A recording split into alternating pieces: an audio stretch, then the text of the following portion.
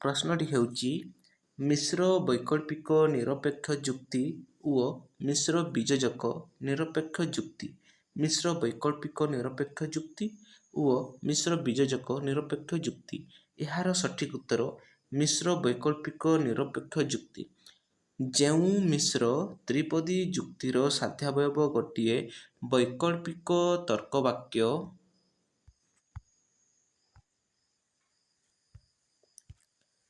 ପକ୍ଷାବୟବ ନିରପେକ୍ଷ ଓ ସିଦ୍ଧାନ୍ତ ନିରପେକ୍ଷ ହୋଇଥାଏ ତାହାକୁ ମିଶ୍ର ବୈକଳ୍ପିକ ନିରପେକ୍ଷ ଯୁକ୍ତି କୁହାଯାଏ।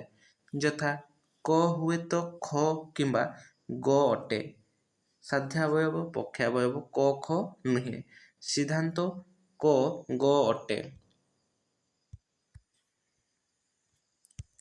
ରାମ ହୁଏତ ସାଧୁ କିମ୍ବା ଅସାଧୁ ହୋଇପାରେ। ସାଧ୍ୟାବୟବ ପକ୍ଷାବୟବରେ ରାମ ଅସାଧୁ ନୁହେଁ। ସିଦ୍ଧାନ୍ତ ସେ ସାଧୁ ଅଟେ। ତାପରେ ଦେଖିବା ମିଶ୍ର ବିଯୋଜକ ନିରପେକ୍ଷ ଯୁକ୍ତି। ଯେଉଁ ମିଶ୍ର ତ୍ରିପଦୀ ଯୁକ୍ତିରେ ସାଧ୍ୟାବୟବ ଗୋଟିଏ ବିଯୋଜକ ତର୍କବାକ୍ୟ ପକ୍ଷାବୟବ ନିରପେକ୍ଷ ଓ ସିଦ୍ଧାନ୍ତ ନିରପେକ୍ଷ ହୋଇଥାଏ ତାହାକୁ ମିଶ୍ର ବିଯୋଜକ ନିରପେକ୍ଷ ଯୁକ୍ତି କୁହାଯାଏ। ଯଥା କ ଉଭୟ ଖ ଏବଂ ଗ ନୁହେଁ। କ ଖ ଅଟେ। ସିଦ୍ଧାନ୍ତ ଅଛି କ ଗ ନୁହେଁ। ସୀତା ଉଭୟ ସୁନ୍ଦରୀ ଏବଂ ଅସୁନ୍ଦରୀ ନୁହେଁ।